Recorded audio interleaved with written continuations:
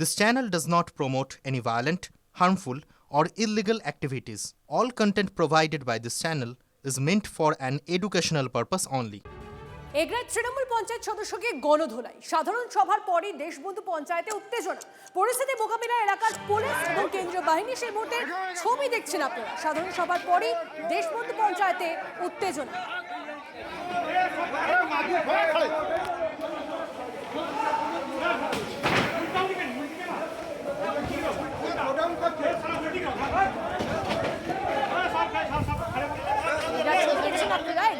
তৃণমূল পঞ্চায়েত সদস্যকে গণধোলাই।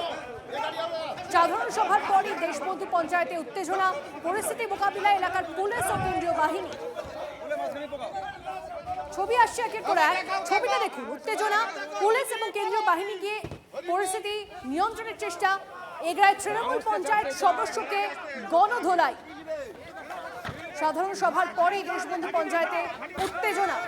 এলাকায় পৌঁছয় পুলিশ এবং কেন্দ্রীয় বাহিনী। সেই মুহূর্তের ছবি দেখছেন যখন পুলিশ এবং কেন্দ্রীয় বাহিনী গিয়ে পরিস্থিতি মোকাবিলার চেষ্টা করে, পরিস্থিতি নিয়ন্ত্রণে আনার চেষ্টা করে। সেই ছবি দেখছেন। কনিষ্ক আমাদের প্রতিনিধি আমাদের সঙ্গে রয়েছে। কনিষ্ক, কোন অভিযোগে এই তৃণমূল পঞ্চায়েত সদস্যকে গণধোলাই?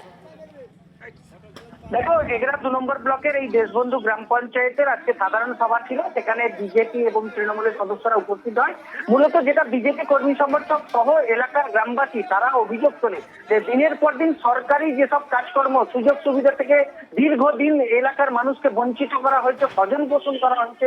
এই সহ একাধিক পঞ্চায়েতের কাজের অনিয়মের জন্যই কিন্তু রীতিমতো মানুষজন খেপে যায়। প্রথমে এলাকাবাসীরা তারা ক্ষোভ বিক্ষোভ শুরু করে এবং তৃণমূল যারা পঞ্চায়েত সদস্য রয়েছে বা তৃণমূল কর্মী সমর্থক ছিল তাদেরকে উদ্দেশ্য দেখতে পাচ্ছি। কনিষ্ক, ধন্যবাদ।